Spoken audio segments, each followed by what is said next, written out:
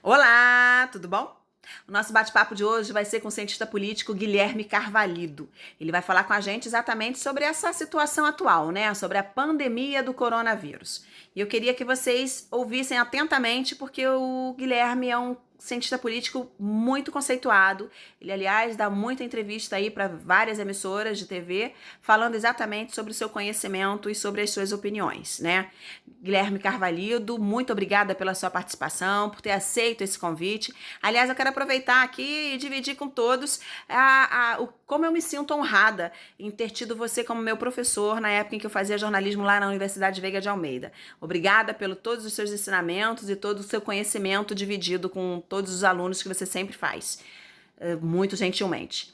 E nesse momento eu queria que você falasse com a gente, com todo o nosso público, né, sobre essa situação atual em que o nosso país está vivendo, né? Aliás, o mundo inteiro está vivendo essa situação. Eu queria que você falasse sobre o nosso futuro financeiro, se você já tem alguma opinião formada sobre isso, o nosso futuro na saúde, né, nosso futuro político, e se você também já pode passar para a gente alguma informação sobre um tempo, se isso já tem um tempo para a gente se recuperar dessa situação. E aí, André, tudo bem? Vamos trabalhar? É isso aí. Prazer estar aqui com você, fazendo essa comunicação, essa live. Bom, vem falando muito durante essa semana, lá desde o início dessa crise, a respeito do que as pessoas podem esperar dessa crise, né? Ela é uma crise gravíssima, gravíssima, talvez a maior desde a Segunda Guerra Mundial, em termos de mobilização e de restrição da sociedade. É impossível a gente saber até quando ela vai durar, é apenas uma estimativa, e essa estimativa está presa hoje ao que está acontecendo nos países asiáticos que tiveram a sua curva descendente. Logo, dentro dessa perspectiva asiática, China, Coreia, Japão, que já passaram pela crise maior dessa pandemia, há uma estimativa aí média de no mínimo 2 meses de restrições. No mínimo, tá? Mais a recuperação depois desse processo. Tá? Mas é muito importante lembrar, ela é fundamental, ela é importantíssima, porque senão a gente atinge diretamente o que há de mais importante para nós e para a sociedade, que é a vida humana. Não tendo, evidentemente, resguardo da vida humana, os riscos são muito grandes. E qualquer Estado, qualquer sociedade tem que se preservar. Esse é o rigor primeiro de toda a estrutura social. Nos preservando de uma pandemia externa, de uma causa externa, a gente vai ter aí a possibilidade de trabalhar durante muito tempo. E, principalmente, né, eu acho que a gente tem que tomar, seja mais de 2 meses, seja 3, seja 4, a gente precisa, como eu disse, preservar. Caso a gente não faça isso, a gente vai ter o forte arrependimento futuro, e isso é muito grave, de não ter tomado atitudes anteriores. Bom, então nós já ouvimos, né, que nós vamos ter aí, nós estamos somente com 15 dias de restrições e provavelmente vamos ter aí mais uns 60 dias, né, de restrições para que a gente possa passar para essa situação e lá na frente não ter nenhum arrependimento, como disse aí o Carvalhido, né? Para a gente vale mais a pena a gente segurar esse momento aí de saudade, né, das pessoas, para que essa saudade não vire uma saudade eterna, né? É duro essa palavra, mas é uma realidade. Nós estamos vendo aí que aconteceu, nós tivemos essa possibilidade de estar acontecendo no nosso país, né? Papai do Céu já nos deu essa possibilidade após o que aconteceu lá fora, né? Então, os outros países já passaram por essa situação, nós só estamos passando agora. Então, vamos tirar de exemplo o que aconteceu nos outros países que não fizeram esse isolamento social, né? Então, vamos ficar em casa. Agora eu queria que você falasse para a gente, Carvalhido, o que você tem a dizer sobre as ações do governo, né, para amenizar as consequências da pandemia na sociedade. Bom, as medidas do governo, elas são basicamente, a gente tem que ver os três entes do governo, municipal, estadual e federal, e aí está ocorrendo um forte problema, está ocorrendo um vácuo de poder entre esses três entes. Municípios e estados falam uma coisa e governo federal fala outra, havendo um desalinhamento da estrutura de poder. E quando não há um alinhamento da estrutura de poder, a gente pode prever alguns problemas de a quem obedecer e como obedecer. Agora, se a gente pensar primeiro no ente municipal e no ente estadual, no meu entender, elas são corretas, como eu disse na questão anterior. Ela preserva a base da sociedade, que é a vida humana, a qualidade da vida humana. Agora, por outro lado, vejo ali o governo federal errando, equivocando-se na sua estrutura, principalmente na figura do presidente, na figura pessoal do presidente, em renegar ou não dar a devida atenção à pandemia do coronavírus. Porque isso, além de estar contra as estruturas científicas, contra a organização específica que é aquilo que a gente considera elementos sanitários para resguardar a qualidade humana, ele coloca a estrutura da sociedade em xeque para obedecer, visto que o presidente Bolsonaro tem atrás de si muitos seguidores, não é uma parcela pequena da sociedade. Ela é importante, ela é grande, e são pessoas que estão ali colocando em dúvida a partir do seu líder o que deve fazer ou não. Logo, há um grande problema aí de conjunção de poder, de estrutura de poder, sendo essa desorientação, esse desalinhamento um grande equívoco que está acontecendo. Logo, eu acredito que nesses próximos dias a gente tem que ter esse alinhamento. Caso contrário, provavelmente teremos ali alguns momentos muito ruins de pessoas furando a quarentena e executando as suas atividades à revelia de uma ordem sanitária, de uma ordem de saúde, que, como eu volto a dizer, é o mais importante nesse momento. E a gente tem que lembrar, a sociedade precisa do Estado, ela precisa da organização estatal para o quê? Para se manter, para ter uma referência. Agora, quanto às ações econômicas, essas a princípio, medidas colocadas à disposição na semana passada, essas estão indo na direção correta, que é exatamente preservar aqueles que são mais pobres, aqueles que têm mais dificuldades, e principalmente preservar o trabalho, o emprego, para que haja ali uma organização para que diminua os efeitos que já estão sendo muito ruins. Tá? Agora, por outro lado, vejo também a necessidade de aumentar.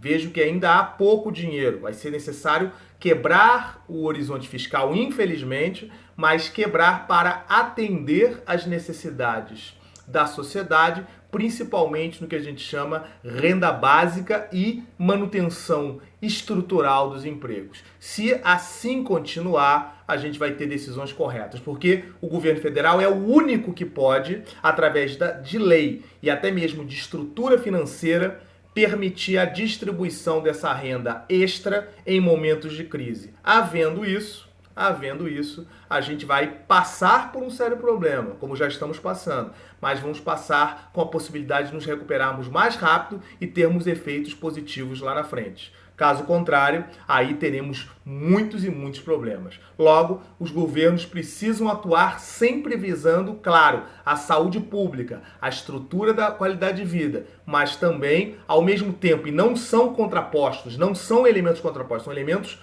conjuntos, atuarem individualmente, né, cada um, e alinhar-se para o bem público, que se não houver esse bem público, automaticamente vai haver uma forte desordem e aí o caos talvez se estabeleça. Não espero isso, mas caso continue esse desalinhamento, eu temo por esse processo.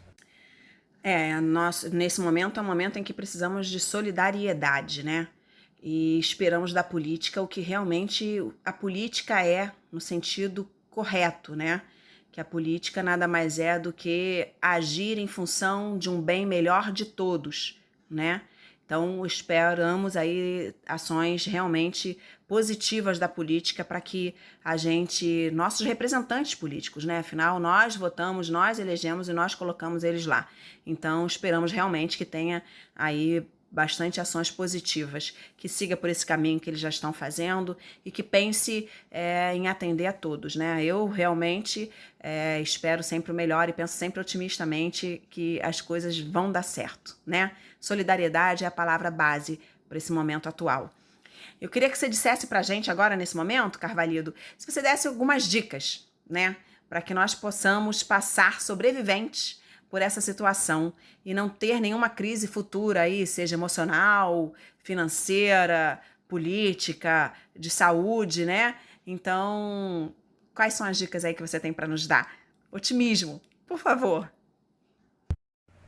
Bom, são dicas muito genéricas, minha cara Andréia. Primeiro, eu acho que a mais básica de todas, é estarmos emocionalmente equilibrados. O que eu digo emocionalmente? A gente manter a calma e não entrar em pânico. Não há nenhum movimento que indique o caos. Indica dificuldades, mas não há nenhum movimento que indique o caos. Estamos abastecidos pelo básico e serviços elementares estão funcionando. O que vai acontecer, e aí é o grande problema da crise da pandemia, que é justamente as pessoas ficarem muito doentes e precisarem dos serviços públicos de saúde. Os serviços públicos de saúde, não só públicos, os particulares também. E não haver ali disponibilidade para todos. Aí sim começa o caos, porque as pessoas vão procurar os sistemas e não terão. Hoje a gente ainda tem, porque a gente está mantendo a quarentena em grande escala e evitando até então o contato e a disseminação do vírus entre as pessoas. Então, primeiro é manter a calma. É difícil, é complicado, mas a gente deve tentar, dentro de casa, manter as nossas atividades normais e só sair para o essencial, fazendo exercícios, lendo, nos divertindo e conversando e mantendo o carinho com evidente as restrições que o período nos exige, manter o máximo de relacionamento que a gente tem, principalmente através das redes sociais, através dos mecanismos eletrônicos. Quanto ao financeiro, isso é o mais complicado, porque a gente está sem trabalhar e muitos não podem fazer o que eu estou fazendo, que é o chamado home office, dando as minhas aulas, fazendo as indicações através de elementos eletrônicos. Aqueles que não podem, primeiro, gastar apenas o básico, aquilo que é realmente fundamental, mas sem perder a qualidade de vida, pensando que é o agora que interessa, lá na frente a gente vai poder resolver e aí muita gente vai poder nos ajudar, como por exemplo os órgãos estaduais, os órgãos de governo, né? Os órgãos do Estado, município, Estado e federação, e tentar sermos racionais agora e gastar apenas com o que é estritamente necessário, sem, claro, perder qualidade de vida, porque todos nós merecemos uma qualidade muito importante. E fundamentalmente também, queridos, que a gente tem que trabalhar do ponto de vista geral, é o que a gente chama de político, né? O elemento político, que é a minha especialidade maior. Politicamente, pessoal, o momento é de cobrança, né, dos nossos governantes diretos, para que as ações sejam de interesse público e que beneficiem a coletividade. Ela pode, de uma maneira geral, não beneficiar o cidadão especificamente, mas ela tem que pensar no todo. E nesse momento, são aqueles que têm menor renda ou menor poupança que terão maiores dificuldades de sobreviver. Imagine aquele cidadão que é autônomo, que não está vinculado aos sistemas do governo e precisa daquela venda na rua. Como é que essa pessoa está fazendo agora? É essas pessoas que vão ter mais dificuldade. Se você tem alguma renda ainda estabelecida, tem alguma poupança, guarde para o básico. E principalmente, veja isso como elementar nessa poupança. Agora, cobre também, não só para as nossas famílias, para as nossas empresas, cobre dos governantes uma ação efetiva, principalmente do governo federal, porque ele pode distribuir renda, mandando dinheiro para o município, mandando dinheiro para os estados, e dali se distribuir, cobrando menos impostos, fornecendo dinheiro direto para as pessoas poderem comprar remédios, comidas, aquilo que é essencial. E isso é o mais importante. Por quê? Porque hoje, através da Organização Mundial da Saúde, de elementos sanitários, a gente precisa, infelizmente, manter essa quarentena para sustentar a qualidade do mais importante, que é a vida. E a política, ela sempre existirá, mas não é o momento de discutirmos política eleitoral. Não é. É o momento de salvaguardar a qualidade de vida, de salvaguardar a estrutura de vida. E se a gente tiver essa atitude para nós mesmos, para a nossa comunidade, sendo solidários, pensando no coletivo e automaticamente, através dos órgãos corretos, cobrando ações efetivas para essa qualidade, eu acho que politicamente a gente vai acertar. Fazendo isso, a gente, apesar das dificuldades que estão acontecendo em decorrência do sistema, né, do sistema da pandemia e das dificuldades que estão vindo aí, e elas serão sérias, a gente vai conseguir diminuir e prosseguir lá na frente. Ok, queridos? É isso aí. Agradeço muito a participação nesse seu programa, nessa sua comunicação, e eu estou sempre à disposição para a gente discutir novos pontos. Obrigada, Carvalhido, pelas dicas que você deu. Não foram muito otimistas, mas foram bem realistas, né? E a gente tem que viver a realidade. Então, já dei algumas dicas iguais a essa aqui, junto com a psicóloga, né, Raquel Soares, lá na segunda-feira, naquela live que nós fizemos sobre ansiedade. E aí o Carvalhido, mais uma vez, falando para a gente fazer o que gosta de fazer, aproveitar esse momento para ler, fazer algumas outras atividades para não ficar, né, com a mente parada, pensando só nas coisas ruins. Gente, olha só, quando a gente pensa na coisa ruim, a gente acaba atraindo, tá? Vamos pensar nas coisas positivas, vamos pensar no que fazer, vamos pensar no futuro melhor, vamos agir da maneira mais correta possível, né? Fique em casa, seja solidário, viva a sua família, aproveite esse momento para viver com a sua família. Temos que agradecer, de uma certa forma, nós estamos vivendo em família nesse momento. Eu estou dizendo aqui para vocês devem estar pensando, você está cheio de dinheiro, eu não estou trabalhando, eu estou desempregada, eu não vou poder ser beneficiada com essa ação do governo, porque eu tenho uma pensão, né? Porque quem tem previdência não pode ser beneficiada com essa nova ação. Só que a minha pensão não chega nem a um salário mínimo. E eu estou desempregada, tenho um filho em casa para cuidar, tenho minha mãe que é idosa. Então, assim, não tô na melhor situação financeira não, tá? Mas não é por conta disso que eu vou pirar. Eu vou ficar em casa, vou cuidar da minha saúde, até mesmo para, né, prevenção, para cuidar da saúde da minha mãe, para cuidar da saúde do meu filho. Então, gente, vamos nos unir e vamos nos manter calmos, para a gente poder passar por essa situação e quando chegar o futuro, quando chegar o amanhã, a gente vê o que faz, não é? As empresas aí estão sendo solidárias, algumas empresas estão reduzindo juros, outras estão dando prazo maior para as prestações. Então, as coisas vão se organizar, as coisas vão se colocar, né, no lugar novamente e nós vamos pensar que teremos um mundo melhor, não é? Então é isso aí, muito obrigada, Carvalhido, pela sua participação, obrigada mesmo pelas informações que você passou, pelas suas opiniões que você deixou aqui com a gente, para dar mais um esclarecimento da situação atual para todos, ok?